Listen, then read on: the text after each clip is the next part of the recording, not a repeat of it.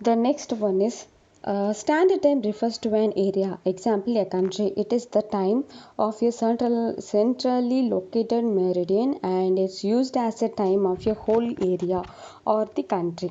Thus, the local time of the central meridian is treated as a standard time of the country or the region concerned.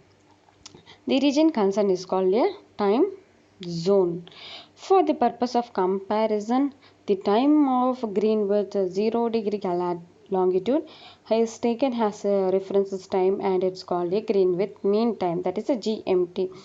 The time of different places or countries is stated as ahead or behind the GMT. Conventionally, the time zones are so divided that the time of each of the zones differs from GMT is a whole or half or units. The central meridian from India is a longitude of 82 degree 30 Celsius east, which passes near Allahabad.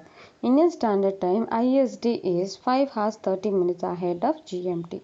The convention of stating time of various countries has been changed from plus GMT to plus 2CT, that is Universal Time Code.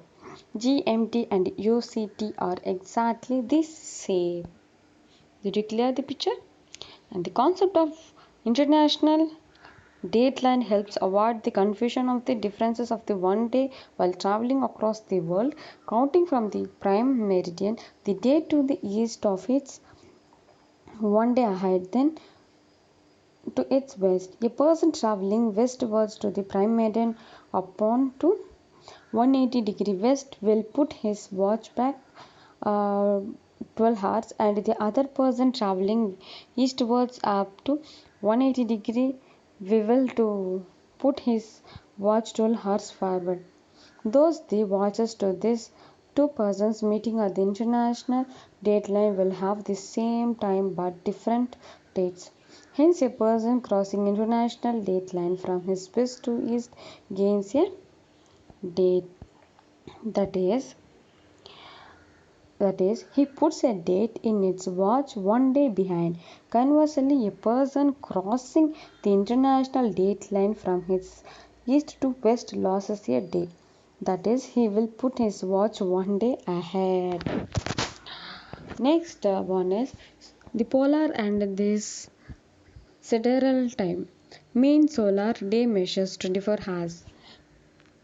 The solar day measures 23 hours 56 minutes.